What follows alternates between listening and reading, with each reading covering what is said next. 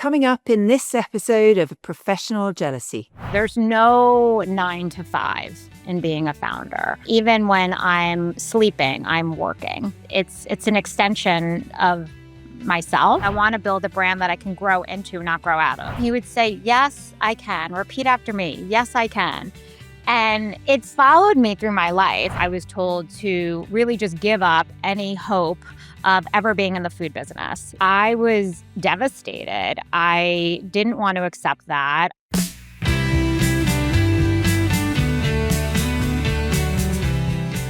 Hello, I'm Natasha Jakubowski, Chief Innovation Officer at Anomaly, a marketing agency in New York. And this is my podcast, Professional Jealousy, where I'm lucky enough to talk to founders, CEOs, and creative, interesting people that I'm impressed by and want to learn from and maybe a little bit envious of. Today, I'm talking with Vanessa Phillips, the co-founder and CEO of Feel Good Foods, a lineup of gluten-free and all-natural snacks and meals in over 18,000 grocery stores. So good to have you here.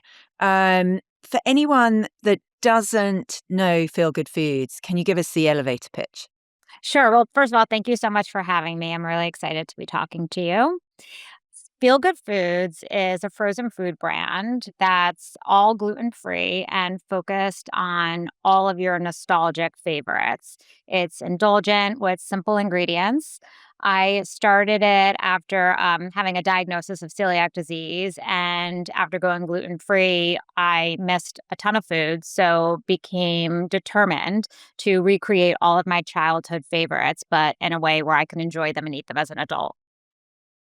Yeah, that's amazing. And, it's that classic kind of entrepreneurial, aha, I had a problem and then I solved it and, created a brand.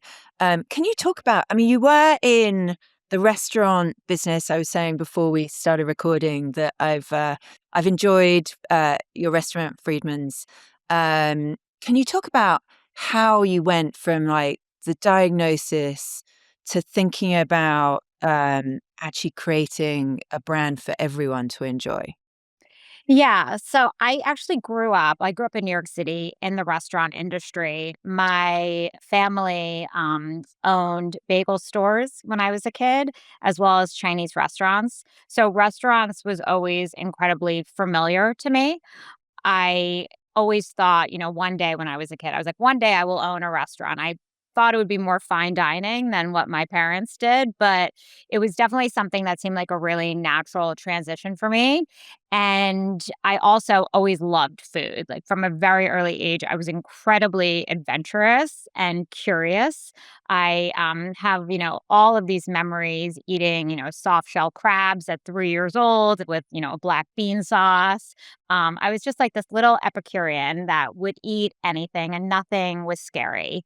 But as I, went into my teenage years, I was privately struggling with a lot of symptoms that I just couldn't explain and I couldn't trace back to what I ate.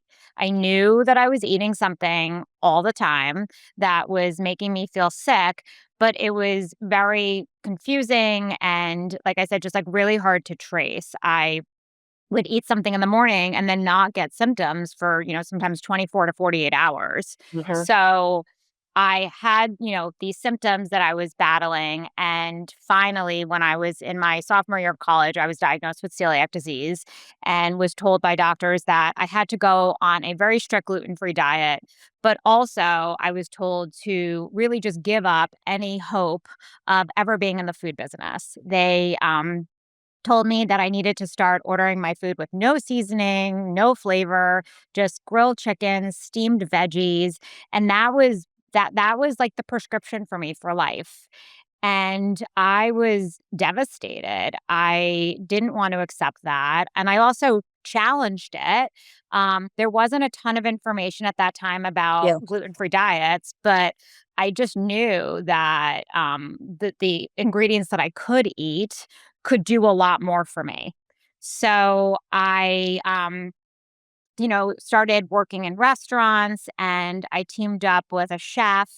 And together we opened Friedman's, which was, first of its kind, gluten-free, quick service cafe, but that really focused on a lot of favorites that were foods that I missed that I wanted to bring back Yeah. to consumers. I mean, and it was early. Like, I feel like gluten-free suddenly entered culture and became, you saw every kind of food company jump on the kind of bandwagon. Suddenly everyone was gluten-free. But you started before that. And I think I read that your mission was to make food that doesn't taste like cardboard for Yeah. people to enjoy. Like, looking back, did you think it was gonna move into feel good foods, or how did you make that transition from Friedman's to feel good foods?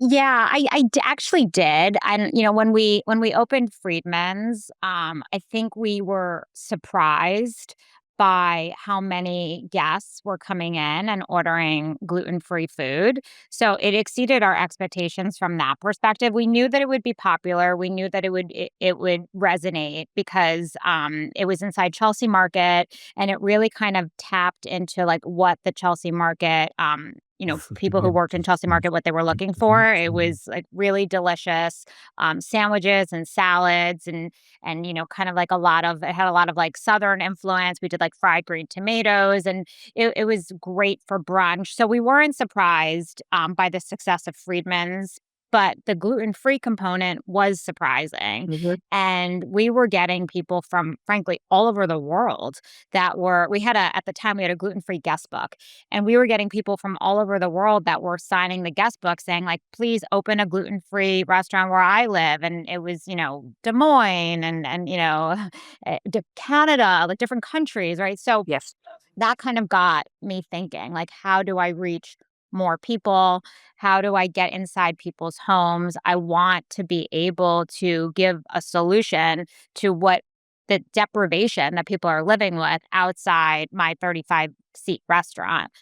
So that was, kind of like, I think, the light bulb moment for me that it was going to be more than just Friedman's, and it was going to lead to being a national food brand. Yeah, amazing. Um, and definitely kind of mission driven. It's such a clear focus, and it's interesting just seeing it kind of align with getting people getting healthier.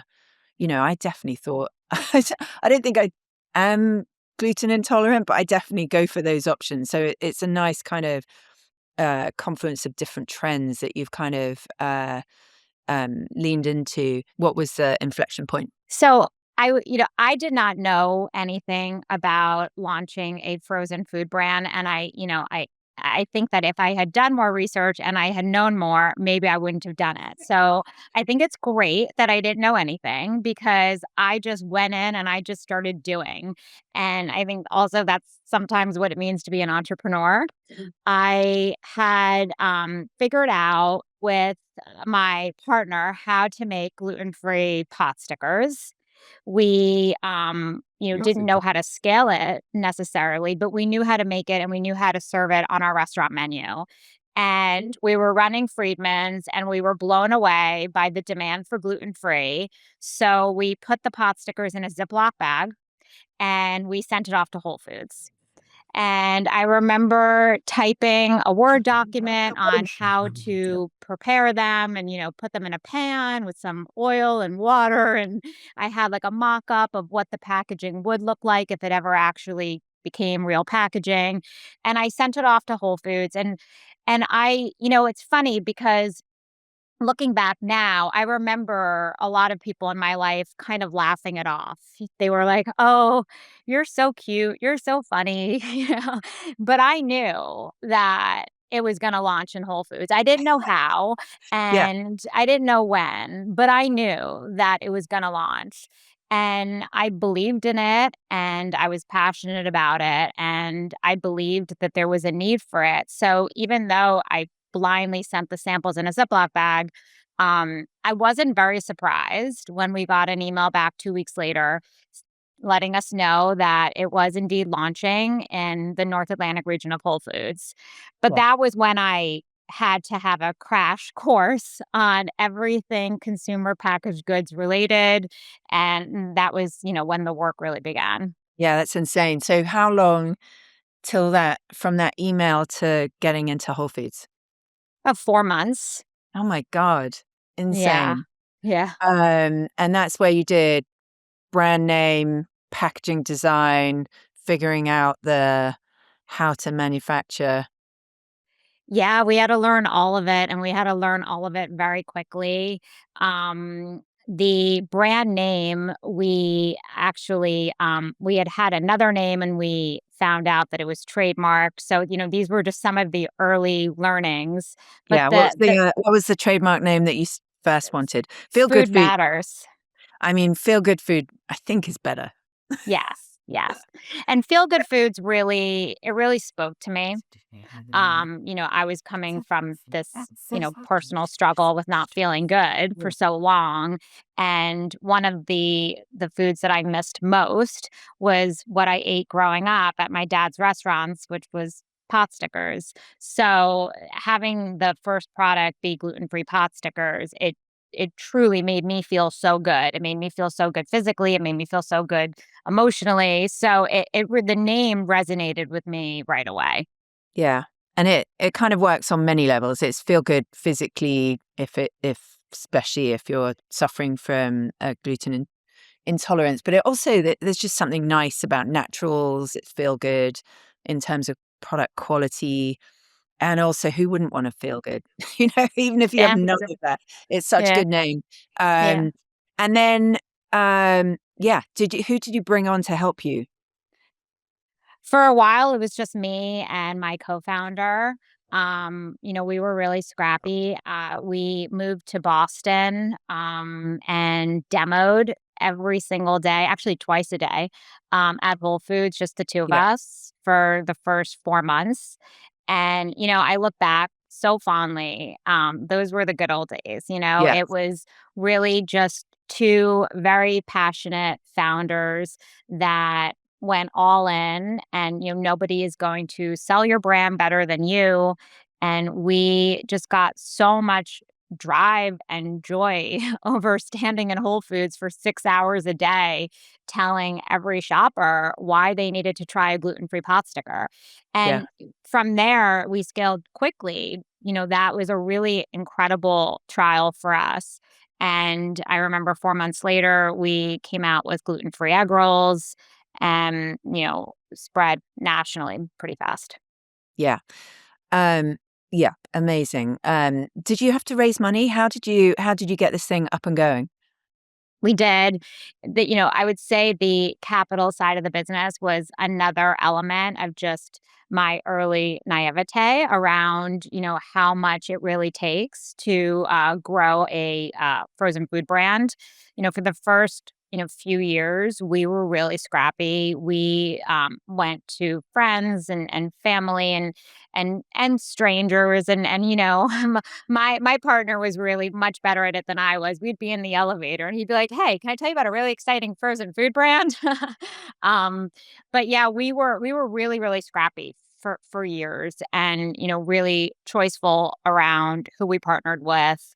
And we kind of bootstrapped it, and then many years later, once it was more established and we really had distribution that we could stand behind, we went out and did more of a formal raise. Okay, interesting. You did say that if you'd kind of known more, you might not have gone into frozen sounds hard to me. Out of all the categories, I guess a fresh yogurt might be harder, maybe. I don't know. Like if you were starting again, what would you change?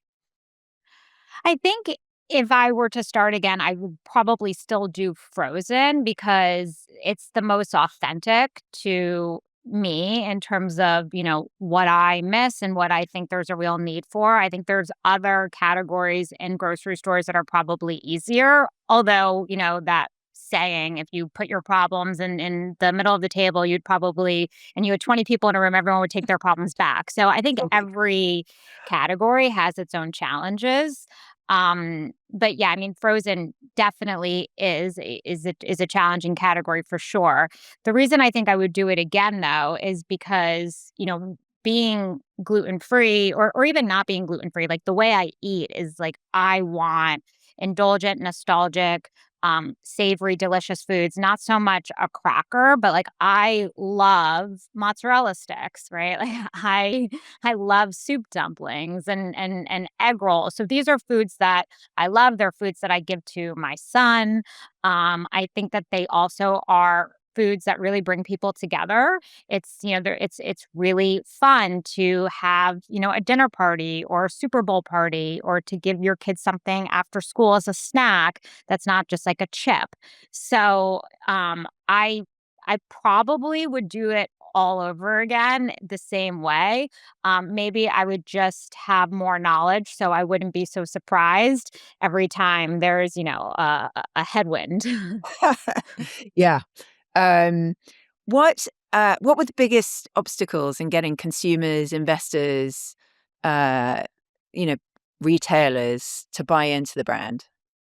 And when we first launched, the category frozen snacks and apps wasn't even a category in natural. It wasn't even a door. So we had to educate retailers why gluten free, and not even just gluten free, like why natural appetizers deserve shelf space. We Mhm. were really up against very legacy, established conventional brands that had an ingredient statement. I mean, they still exist today, but they had an ingredient statement of like 97 ingredients. They had a very, very low price on shelf. And we had to challenge that that is not the way, just because consumers want to indulge doesn't mean that they want to indulge and not have real food. So we were very early. We were the first brand to really go into this category and create this category, and it was very challenging to get, not so much consumers, we knew the consumer demand was there, but it was challenging to get retailers to want to give us space because there was really no one else at that time doing what we were doing. Yeah, especially beyond the more kind of traditional naturals, like Whole Foods type channel. Um, any piece of advice that you'd give someone starting a brand in that kind of emerging category, literally kind of creating category? I just would say you just have to believe in it. I mean, you have to be obsessed with it. You have to be so stubborn.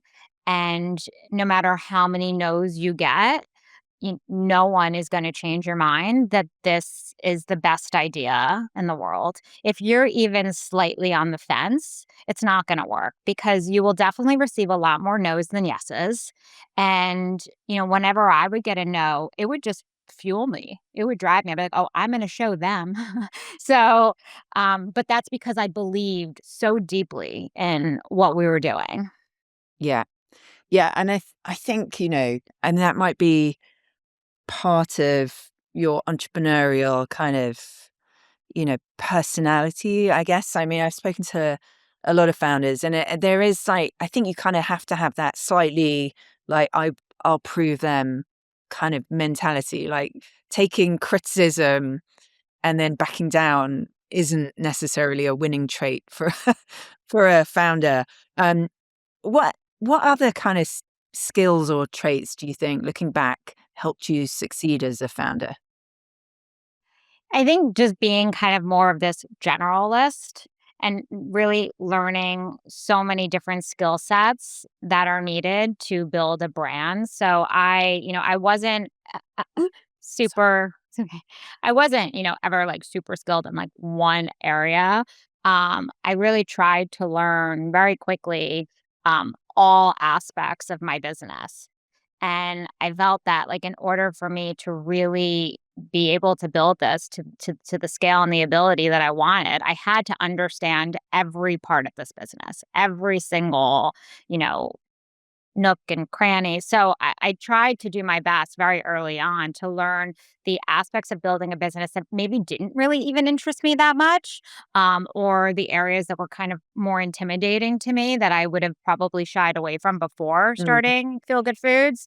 But I just felt it was important that I know all of it, not just the parts of it that I liked. What are the bits that you feel like you like doing and the bits that you hated doing? I love building brands. I love getting really close to my consumer. I love intimately understanding what it is that the consumer wants and misses and what excites consumers. So, the brand side was always really where my interest was like I think that where I added the most value. I also was it was very personal. I felt that I was my consumer. So I loved being out there and meeting our consumers and really listening to them and then using that to drive innovation, branding, and coming out with products that I was hearing that they wanted. The operation side of the business, I did not have any experience in manufacturing. I can tell you that growing up, I was not walking a manufacturing floor. So, learning the manufacturing side of the business and just everything it takes from making the product and then that entire journey to having it, end up on a grocery store shelf. I mean, that is quite a journey. And I was intimidated by that process early on. It wasn't anything that I had any, history doing. So, it was something that at first I was like, oh, I'm going to leave that to the others to figure out. But then I just leaned in, and now today I love it. I love all the parts of what makes feel good foods. But that was definitely the most unfamiliar part for me. Yeah, interesting. What do you think? I'm always curious, especially having kids, and uh, what in your upbringing do you think helped you think like this? Helped you with this kind of thought? I'm going to create something for myself. You know, I'm going to be a founder. my father is an entrepreneur, and from a very early age, I have so many memories of the way that he encouraged me. And, looking back now, it was incredibly profound because I used to go to him a lot with self doubt. I would have, whether it be like a project at school or, something that I needed his, advice on. And he would always he would never give me like direct advice about what I was coming to him with. Like if I said to him, oh, I really need, you to help me study for this test, he wouldn't necessarily sit down and like unpack the material with me. But he would always say to me, just say, yes, I can. Yes, I can. And I'd be like, "Well, that's not what we're talking about right now. We're talking about this big project I have, and I don't know how I'm gonna get there, and I really want you to go deep with me on this and figure it out." And he would say, "Yes, I can. Repeat after me. Yes, I can." And it's followed me through my life. I mean, till this day, he still, we laugh about it now because it was totally his mantra, and it resonated. And I remember going through so many different circumstances in my life where I would be walking into a room and I would have that self-doubt again and I would just repeat, "Yes, I can. Yes, I can." And it fueled me. It really got me through a lot of times of self-doubt. I mean, that's pretty amazing. And I guess I know you have kids. I'm sure you think about that as as you bring up your kids. That's such a, a nice and surprisingly easy kind of thing to think about. Just Mhm. reinforcing and creating that kind of affirmation. Yeah, and it was so simple, it was just 3 words.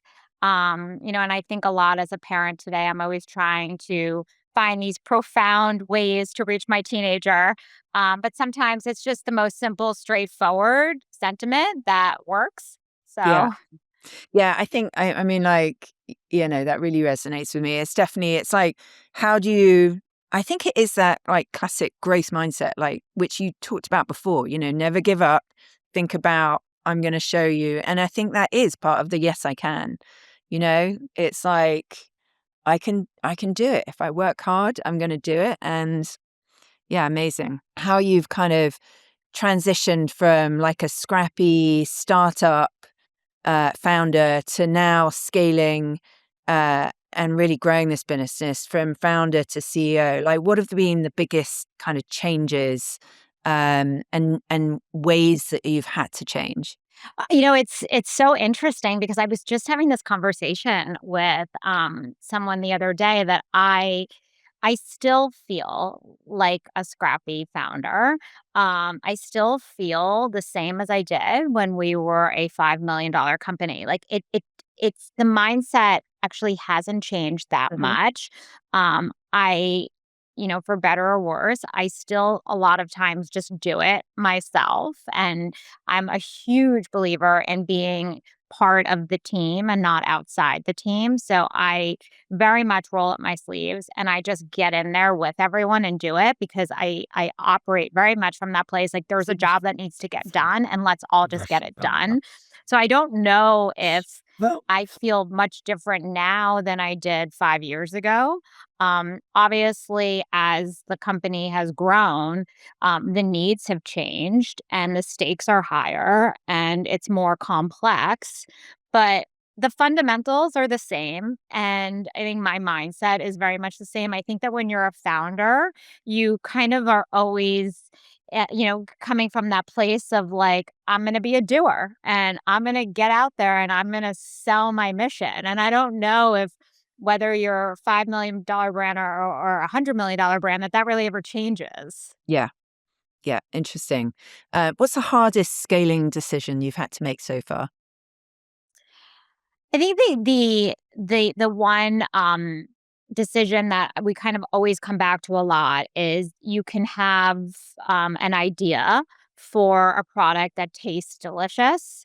And you all as a team get really excited and rally behind it, and think that it would received really well by consumers, but that's not where the work stops, right? So not every idea is an idea that we can execute on and scale and launch. And I think that that's challenging because sometimes I just fall in love with a product and I want to launch it so badly, but the economics don't make sense or it doesn't work with our manufacturing, system or process. So I think you can for me, I've fallen in love with products before and foods and I've been sad that I can't bring it to life.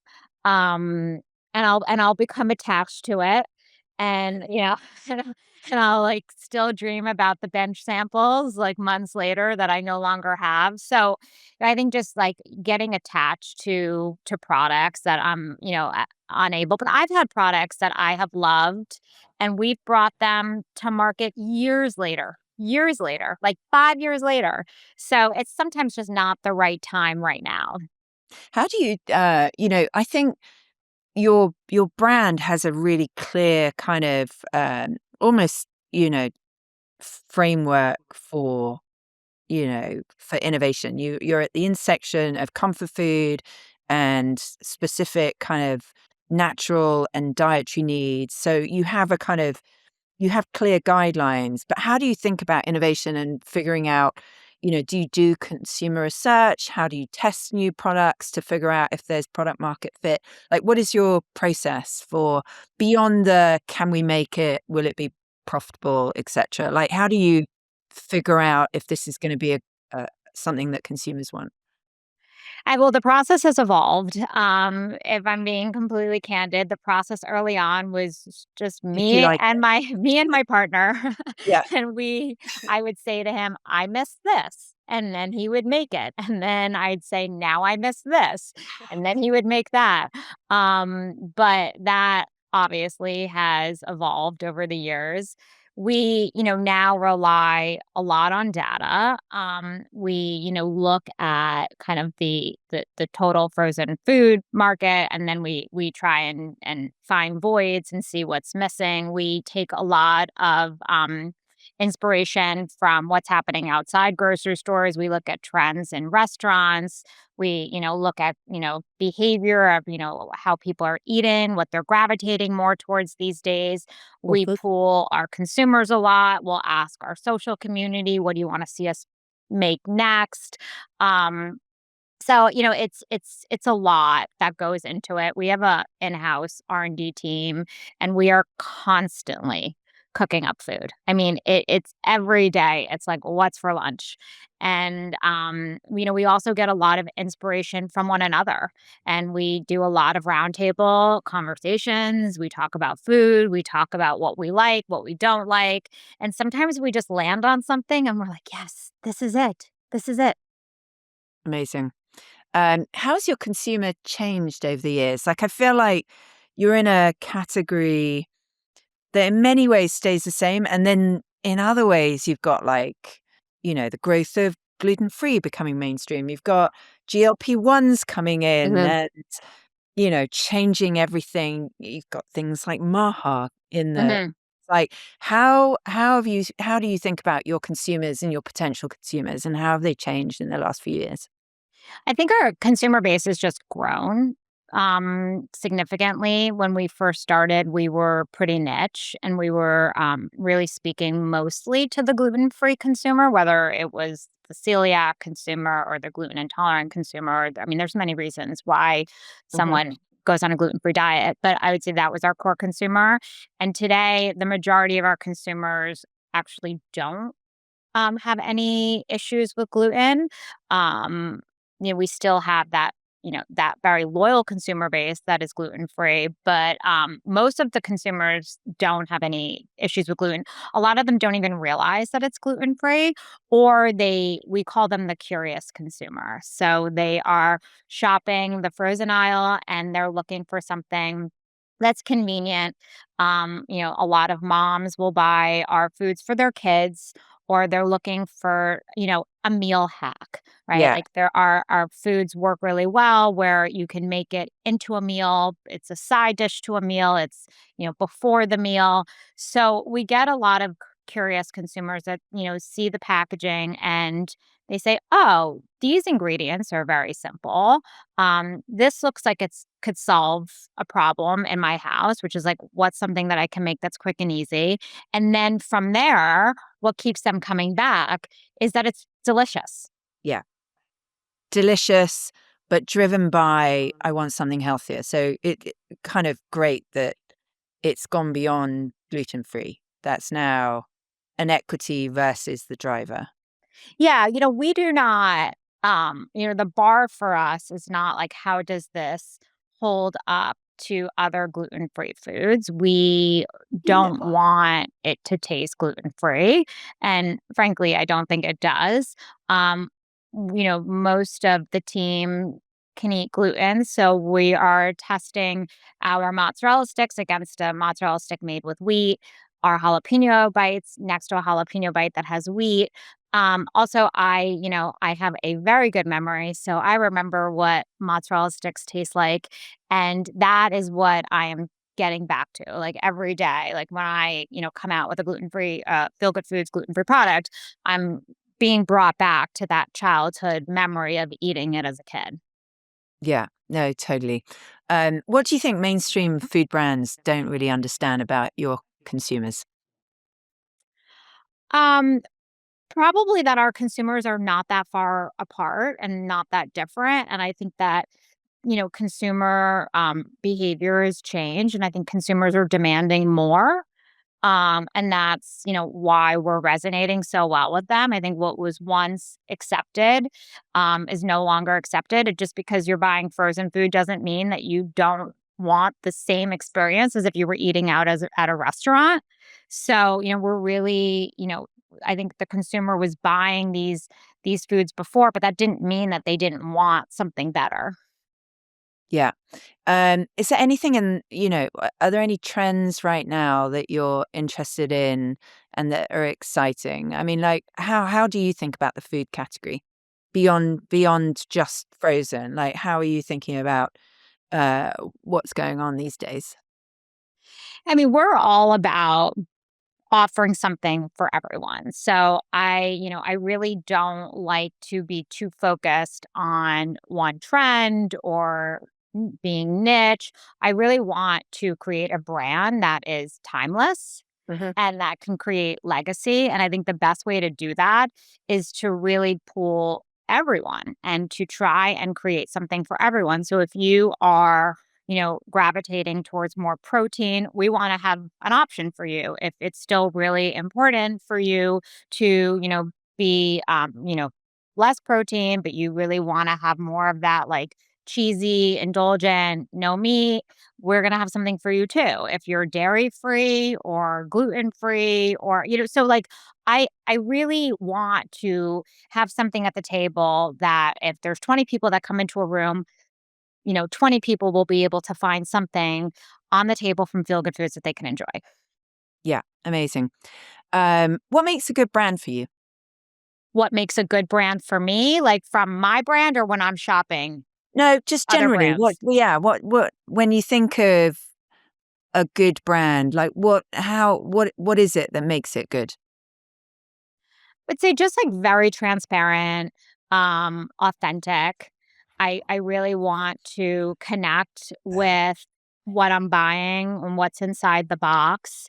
I wanted to evoke a feeling for me, whether it's, like nostalgia or, it's just brings me joy.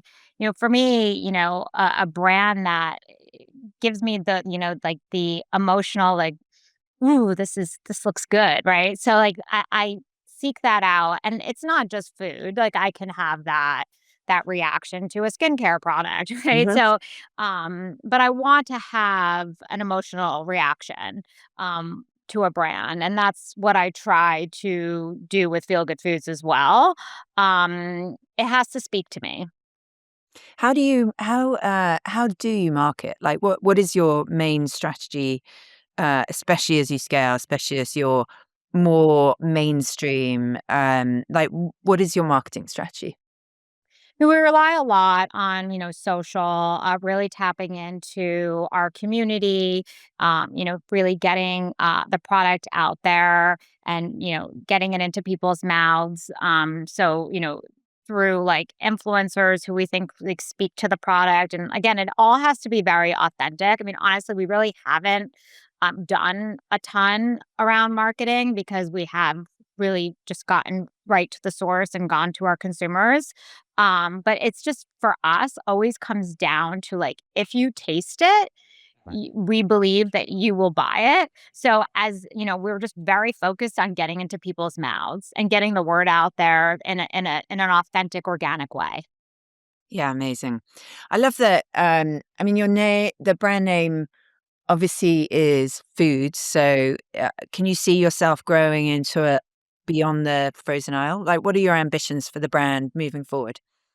I mean, anything's possible. I love that the brand has the ability to really flex and go anywhere.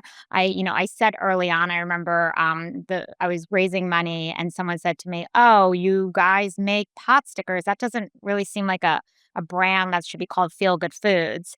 And that was at the time all we had. And I Yeah, said, "Well, that's intentional because I want to build a brand that I can grow into, not grow out of." yeah. So, I love that it has permission to go anywhere and we'll see. I mean, really, like, who knows?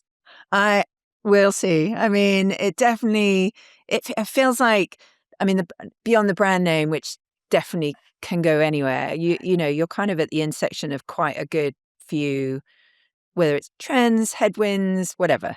I mean, it's a super interesting place that you find yourself. Um, any other things that you wish you'd known earlier, or I'm trying to kind of like you feel very intentional, very growth mindset, and I love that. And I'm for all the people out there that aren't quite as uh I don't know, realized, like what is stuff that you wish you'd learned earlier? What are things that, from your journey you think people can learn from?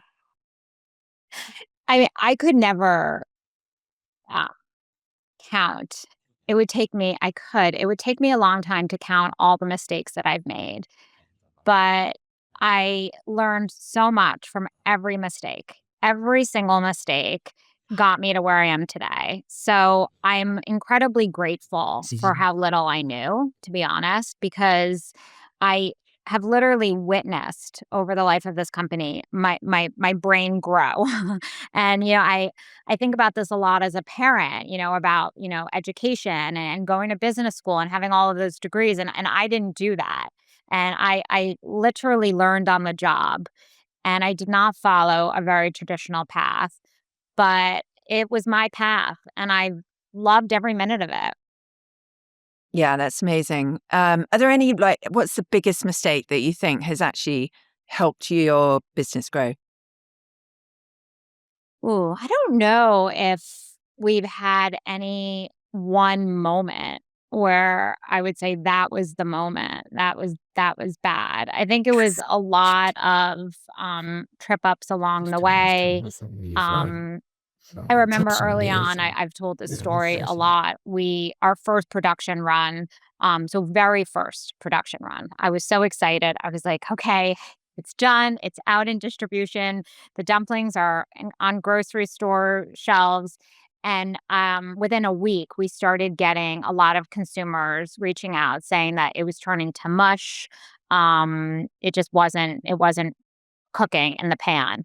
And I looked at the packaging and I realized that I had left out the step in the cooking instructions to cover pan with lid, which is quite crucial when you're putting water and oil in a pan and to steam and essentially kind of like crisp up the pot stickers. The water needs to evaporate, and it's not going to do that if it's not covered with a lid.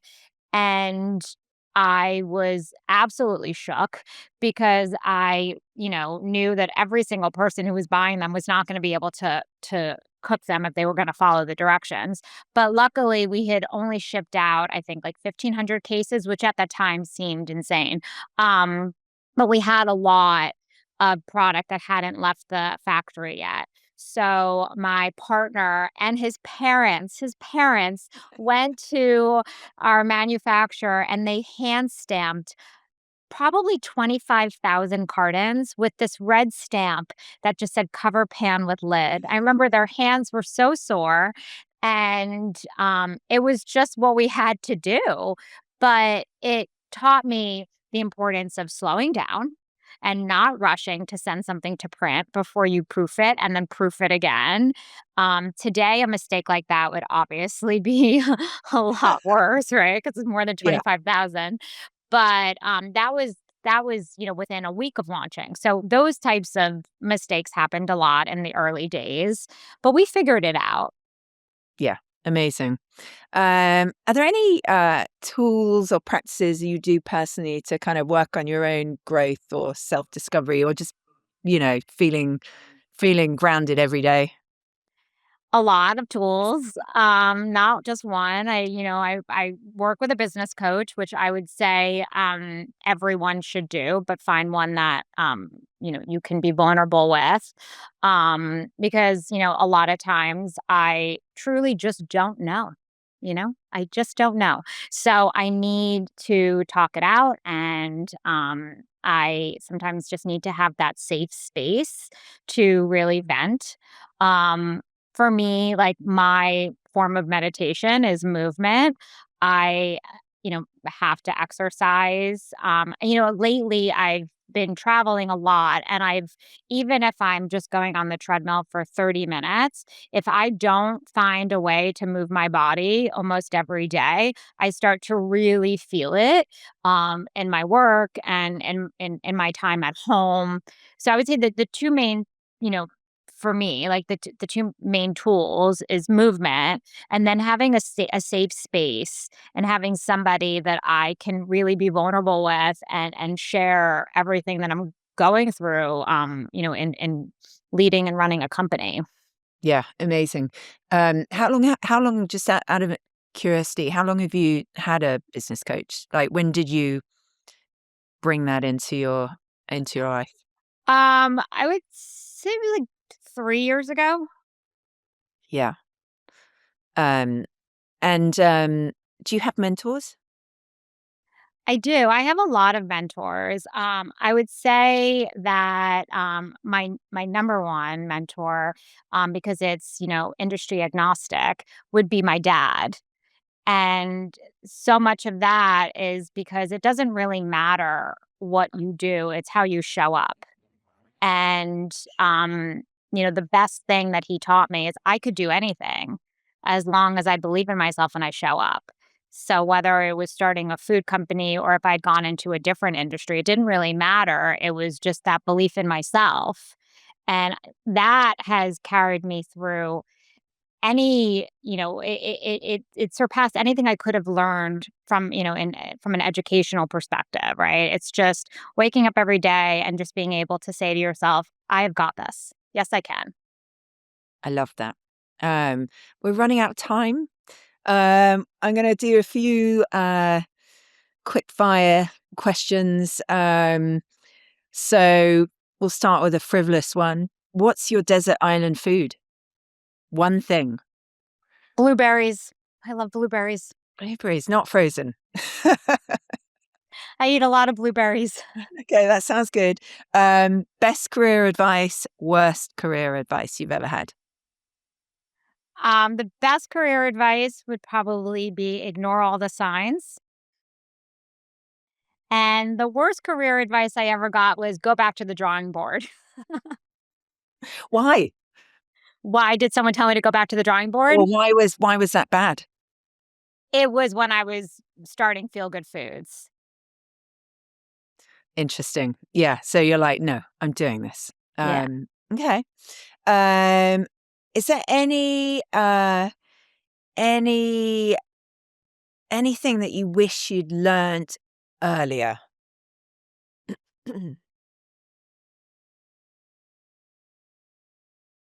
I would say probably I wish I learned earlier that there's really no such thing as overnight success.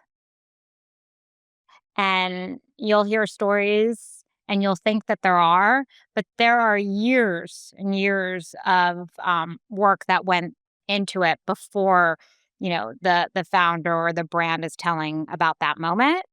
And I I really was, very foolish in thinking that I was gonna be able to accomplish everything I wanted very quickly. It takes time, and, um, I think that I would have Right. probably, been kinder to myself if I had known that sooner. Yeah, it's kind of reminds me of my next one of my other questions, which was, uh, what's the biggest misconception about being a founder? Because I think there is that kind of glamour associated with it in some parts of the world. So Yeah. misconceptions about being a Yeah. founder. Well, I don't find it very glamorous at all. I, it's always with you. There's no 9 to 5 in being a founder. Even when I'm sleeping, I'm working. It's an extension of myself. So, there's really no time off. There's no out of office. I, think and live and breathe this brand all day. Um, what do you think your superpowers are that have helped you succeed? I am very persuasive. Which has helped me, I think, in sales. When I was younger, my parents said I was stubborn. But when I want something, I don't give up. Interesting. Anything that you're trying to get better at? I'm always trying to be a better listener. You know, I think that I, for myself, have found that I learn the most when I'm listening. So I try and do that more now. Interesting. Um, any any belief about business that you think you've changed your mind on as you've progressed? I mean, business in general, I would say just that, it takes an insane amount of grit, more than I realized. I was talking to my dad this morning, actually, and I said to him, I don't think you really appreciate how hard this is. and he and he was like, no, I don't think you appreciated how hard this is. I know. Um, so yeah, I continue every year to just be blown away by how much grit it takes to stay in the game. Amazing. What does success look like for you personally?